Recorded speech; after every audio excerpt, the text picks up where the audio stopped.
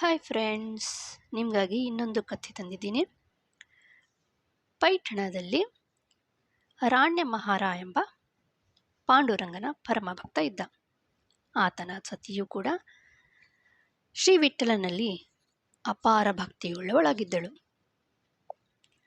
ಈ ದಂಪತಿಗಳು ನಿತ್ಯವೂ ಶ್ರೀ ಏಕನಾಥ ಮಹಾರಾಜರು ಪುರಾಣ ಪ್ರವಚನ ಮಾಡುವ ಸ್ಥಳಕ್ಕೆ ಬಂದು ಕಥಾಶ್ರವಣವನ್ನು ಶ್ರದ್ಧೆಯಿಂದ ಮಾಡುತ್ತಿದ್ದರು. ಏಕನಾಥರು ಗೀತಸಾರವನ್ನು ಕೀರ್ತನಾ ರೂಪದಲ್ಲಿ ಹೇಳುತ್ತಿರುವಾಗ ಒಂದಾನೊಂದು ದಿನ ಗೀತೆಯ 11ನೆಯ ಅಧ್ಯಾಯವು ವಿಶ್ವರೂಪ ದರ್ಶನದ ಯೋಗದ ಕುರಿತು ಏಕನಾಥರಿಂದ ವ್ಯಾಖ್ಯಾನವು ಪ್ರಾರಂಭವಾಗಿತು.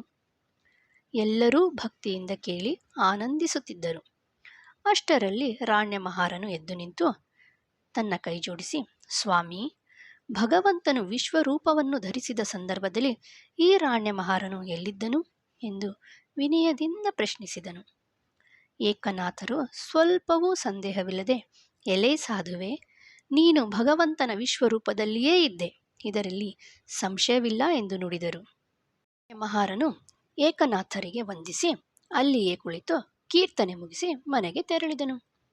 ನಿತ್ಯವೂ ಈ ದಂಪತಿಗಳು ಗೋದಾವರಿ ತೀರಕ್ಕೆ ಹೋಗಿ ಶ್ರೀ ಏಕನಾಥರು ಸ್ನಾನಕ್ಕೆ ಬರುವ ಪೂರ್ವದಲ್ಲಿಯೇ ಬರುವಂತಹ ಮಾರ್ಗದಲ್ಲಿ ಕಲ್ಲು ಮುಳ್ಳುಗಳನ್ನು ತೆಗೆದುಹಾಕಿ ಚೆನ್ನಾಗಿ ಗುಡಿಸಿ ಸಾರಿಸಿ ರಂಗವಲ್ಲಿಗಳನ್ನಿಟ್ಟು ಕಾಯುತ್ತಲಿದ್ದರು. ತಮ್ಮ ಯಥಾಶಕ್ತಿ ಹಣ್ಣು ಹಂಪಲು ತರಕಾರಿಗಳನ್ನು ಬೆಳೆಸಿ ಏಕನಾಥರ ಸನ್ನಿಧಿಗೆ ಅರ್ಪಿಸುತ್ತಿದ್ದರು. ತಮಗೆ ಸದ್ಗುರುವೆಂದರೆ ಶ್ರೀ ಏಕನಾಥರೇ ಎಂದು ದೃಢವಾಗಿ ನಂಬಿದ್ದರು. ಸದಾಕಾಲ ಗುರುಸೇವೆಗೆ ಸಿದ್ಧರಿರುತ್ತಿದ್ದರು. ಏಕನಾಥರು ರಾಣ್ಯ ಮಹಾರನ ಅನನ್ಯ ಭಕ್ತಿಗೆ ಮೆಚ್ಚಿ ಆತನಿಗೆ ತತ್ವೋಪದೇಶ ಮಾಡಿದರು. ಮಾಡಿ ತನ್ನ ಗುರುಗಳಾದ ಏಕನಾಥರನ್ನು ಮನೆಗೆ ಕರೆದು ಪೂಜಿಸಬೇಕು ಎಂಬ ಉತ್ಕಟೇಚ್ಛೆಯು ರಾಣ್ಯ ಮಹಾರನಲ್ಲಿ ಪ್ರಬಲವಾಗತೊಡಗಿತು. ಅದರಂತೆ ತನ್ನ ಸತಿಯೊಂದಿಗೆ ಆಲೋಚಿಸಿ ಏಕನಾಥ ಮಹಾರಾಜರನ್ನು ಭೋಜನಕ್ಕೆ ಕರೆಯಲು ನಿಶ್ಚಯಿಸಿದನು. ಏಕನಾಥರನ್ನು ಕಂಡು ತಮ್ಮ ಇಚ್ಛೆಯನ್ನು ಭಿನ್ನವಿಸಿಕೊಂಡನು. ಏಕನಾಥರು ಸ್ವಲ್ಪವೂ ಸಂದೇಹಗೊಳ್ಳದೆ ಅಗತ್ಯವಾಗಿ ಬರುವೆನೆಂದರು. ಈ ಸುದ್ದಿಯು ಎಲ್ಲ ಕಡೆ ವ್ಯಾಪಿಸಿತು. ಬ್ರಾಹ್ಮಣನೇಕರು ಅತ್ಯಂತ ಕ್ರುದ್ಧರಾಗಿ ಏಕನಾಥರಿಗೆ ಬಹಿಷ್ಕಾರ ಹಾಕಬೇಕೆಂದು ಅಲ್ಲಿ ಮರೆಯಾಗಿದ್ದು ನಿರೀಕ್ಷಿಸುತ್ತಿದ್ದರು. ರಾಣ್ಯ ಮಹಾರನು ಮಹಾಭಗವದ್ಭಕ್ತನು, ನಿರ್ಮಲ ಮನಸ್ಸಿನವನು. ಆತನ ಸತಿಯು ಗುಣವತಿಯು, ದೈವೀ ಭಕ್ತಳು. ಎಂದಿಗೂ ಹೇಯವಾದ ಅನ್ಯಾಹಾರಗಳನ್ನು ತಿಂದವರಲ್ಲ. ಮದ್ಯಪಾನ ಮಾಂಸಾದಿಗಳನ್ನು ಎಂದಿಗೂ ಮುಟ್ಟಿದವರಲ್ಲ. ತಮ್ಮ ಜಾತಿಯವರ ಸಂಸರ್ಗವನ್ನೇ ಬಿಟ್ಟು ದೂರ ಒಂದು ಮನೆ ಕಟ್ಟಿಕೊಂಡು ವಾಸಿಸುತ್ತಿರುವವರು. ಏಕನಾಥ ಗುರುಗಳು ತಮ್ಮ ಮನೆಗೆ ಭೋಜನಕ್ಕೆ ಬರುವರು ಎಂಬ ಭಕ್ತಿ ಸಂಭ್ರಮದಲ್ಲಿ ಆತನು ಹಾಲು, ಸಕ್ಕರೆ, ಹಣ್ಣುಗಳೇ ಮುಂತಾದ ಪರಿಶುದ್ಧ ಪದಾರ್ಥಗಳನ್ನು ತಂದಿರಿಸಿ ರುಚಿಕಟ್ಟಾದ ಅಡುಗೆಯನ್ನು ಸಹ ಸಿದ್ಧಪಡಿಸಿದ್ದರು. ಮಧ್ಯಾಹ್ನದ ಸಮಯವಾಯಿತು. ಗೋದಾವರಿಯಲ್ಲಿ ಮಿಂದು ಏಕನಾಥರು ರಾಣ್ಯ ಮಹಾರನ ಮನೆಯ ಕಡೆಗೆ ಬಂದರು.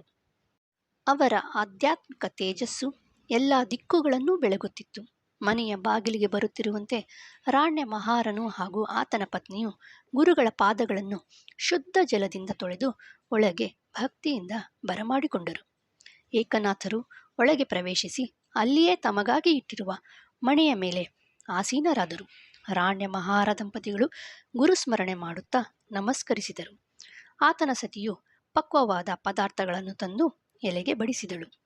ರಾಣ್ಯ ಮಹಾರನು ಕೈ ಮುಗಿದು ನಿಂತುಕೊಂಡಿದ್ದನು. ಏಕನಾಥರು ಭೋಜನವನ್ನು ಸ್ವೀಕರಿಸುತ್ತಾ ಮಧ್ಯೆ ಮಧ್ಯೆ ಪರಮಾತ್ಮನ ವಿಷಯವಾಗಿ ರಾಣನೊಂದಿಗೆ ಮಾತನಾಡುತ್ತಿದ್ದರು. ಇದನ್ನು ಮರೆಯಲ್ಲಿ ನಿಂತು ನೋಡುತ್ತಲಿದ್ದ ಬ್ರಾಹ್ಮಣರು ಅಂದುಕೊಂಡರು, ಏಕನಾಥರು ಇಂದು ಭ್ರಷ್ಟರಾದರು. ಅಂತ್ಯಜನ ಮನೆಯಲ್ಲಿ ಭೋಜನ ಮಾಡುವುದೆಂದರೇನು? ಇವರಿಗೆ ಬಹಿಷ್ಕಾರ ಹಾಕುವುದೇ ಉಚಿತವು. ಬಹಿಷ್ಕಾರ ಪತ್ರಿಕೆ ತನ್ನಿರಿ ಎಂದು ಆರ್ಭಟಿಸಿದರು. ಇನ್ನು ಕೆಲವು ಜನರು ಏಕನಾಥರ ಮಂದಿರದಿಂದ ಬಂದು, ಬ್ರಾಹ್ಮಣರೆಲ್ಲರೂ ಊಟಕ್ಕೆ ಬನ್ನಿರಿ, ಎಲೆ ಹಾಕಲಾಗಿದೆ, ಊಟಕ್ಕೆ ಹೊತ್ತಾಯಿತು, ಅಲ್ಲಿ ಏಕನಾಥರು ಕಾದಿರುವರು ಎಂದು ಕೂಗಿ ಕರೆಯತೊಡಗಿದನು. ಎಲ್ಲರಿಗೂ ಗಾಬರಿಯಾಯಿತು. ಅರೇ, ಇದೇನು ಎಂದು ತಮ್ಮಲ್ಲಿಯೇ ಮುಖ ನೋಡಿಕೊಂಡು ನಿಂದಕ ಬ್ರಾಹ್ಮಣರು ನೇರವಾಗಿ ಏಕನಾಥರ ಮಂದಿರಕ್ಕೆ ಬಂದು ನೋಡಿದರು. ಆಶ್ಚರ್ಯವೆನಿಸಿತು. ಆಗ ತಾನೇ ಏಕನಾಥರು ಮಂಗಳಾರತಿ ಮಾಡಿ ದೇವರ ಬಳಿಯಲ್ಲಿ ಕುಳಿತು ಗೀತ ಪಾರಾಯಣ ಮಾಡುತ್ತಲಿದ್ದರು. ಬ್ರಾಹ್ಮಣರೆಲ್ಲರೂ ಬಂದರೆ ಎಲೆಗಳನ್ನು ಹಾಕಿರುವಿರೇ ಎಂದು ಕೇಳಿದರು. ಇದನ್ನು ನೋಡಿದ ಆ ನಿಂದಕರಾದ ಬ್ರಾಹ್ಮಣರು ಬೇಗನೆ ಓಡಿ ಹೋಗಿ ರಾಣ್ಯ ಮಹಾರನ ಮನೆಯ ಬಳಿಗೆ ಬರಲಾಗಿ ಅಲ್ಲಿ ಏಕನಾಥರು ಭೋಜನ ಮಾಡಿ ಕೈ ತೊಳೆಯುತ್ತಿದ್ದರು. ಪುನಃ ಆ ಬ್ರಾಹ್ಮಣರು ಏಕನಾಥರ ಮಂದಿರಕ್ಕೆ ಬಂದು ನೋಡಿದರೆ ಆಗ ಮಾತ್ರ ಪಾರಾಯಣ ಮುಗಿಸಿ ಎಲ್ಲರಿಗೂ ತೀರ್ಥ ಕೊಡುತ್ತಲಿದ್ದರು. ಆ ಬ್ರಾಹ್ಮಣರಿಗೆ ನಾಚಿಕೆ ಎನಿಸಿತು. ಎಲ್ಲರ ಮುಖವು ಲಿಂಬೆಗಾತ್ರವಾಯಿತು. ಸುಮ್ಮನೆ ತಲೆ ತಗ್ಗಿಸಿಕೊಂಡು ಊಟಕ್ಕೆ ಕುಳಿತರು. ಆಗ ಏಕನಾಥರು, ಶ್ರೀ ಪಾಂಡುರಂಗ ವಿಠಲನು ಸರ್ವಜ್ಞನಿರುವನು, ಸರ್ವಶಕ್ತನು, ಎಲ್ಲ ಕಡೆ ಇರತಕ್ಕ ಸರ್ವಾಂತರಾತ್ಮನು. ಆತನನ್ನು ಪರೀಕ್ಷಿಸಲು ಯಾರೂ ಯೋಗ್ಯರಲ್ಲ. ಬ್ರಹ್ಮೇಂದ್ರಾದಿಗಳಿಗೂ ಅಸಾಧ್ಯವಾದ ಪರಮಾತ್ಮನ ರಹಸ್ಯವನ್ನು ಸಾಮಾನ್ಯರಿಂದ ತಿಳಿಯಲಾದೀತೆ ನುಡಿದರು. ವಿಠ್ಠಲ ನಾಮ ಸ್ಮರಿಸುತ್ತಾ ಎಲ್ಲರೂ ಭೋಜನ ಮಾಡಿದರು. ನಿಂದಕರಾದ ಬ್ರಾಹ್ಮಣರೆಲ್ಲರೂ ತಮ್ಮನ್ನು ಕ್ಷಮಿಸುವಂತೆ ಏಕನಾಥರಲ್ಲಿ ನಮಸ್ಕರಿಸಿ ಪ್ರಾರ್ಥಿಸಿಕೊಂಡರು. ಪಾಂಡುರಂಗನು ಶರಣಾಗತರ ತಪ್ಪನ್ನು ಮನ್ನಿಸಿ ಅನುಗ್ರಹಿಸುವನು ಎಂದು ನುಡಿದರು. ಸಾಯಂಕಾಲದ ವೇಳೆಯಲ್ಲಿ ದೀಪೋತ್ಸವವು ನಡೆದ ಮೇಲೆ ಏಕನಾಥರಿಂದ ಸಂಕೀರ್ತನೆ ನಡೆಯಿತು. ಸರ್ವರು ಆಗಮಿಸಿದ್ದರು. ಅದರಂತೆ ರಾಣ್ಯ ಮಹಾರ ದಂಪತಿಗಳು ಬಂದಿದ್ದರು. ಭಗವದ್ಗೀತೆಯ ಶ್ಲೋಕದ ಕುರಿತು ಏಕನಾಥರು ಪ್ರವಚನ ಮಾಡಿದರು. ಸಾಧು ಸಂತರು ಸಜ್ಜನರು ಆನಂದಿತರಾದರು. ನಿಂದಕರಾದ ಬ್ರಾಹ್ಮಣರು ತಮ್ಮ ದೋಷಗಳನ್ನು ತಾವೇ ತಿಳಿದುಕೊಂಡು ಏಕನಾಥರಿಗೆ ಶರಣಾಗಿ ಅವರ ಶಿಷ್ಯರಾದರು. ರಾಣ್ಯ ಮಹಾರನು ಸತಿಯೊಂದಿಗೆ ಗುರುಪ್ರಸಾದವನ್ನು ಸ್ವೀಕರಿಸಿ ಗುರುಗಳ ಅನುಮತಿ ಪಡೆದು ಮನೆಗೆ ಮರಳಿದರು.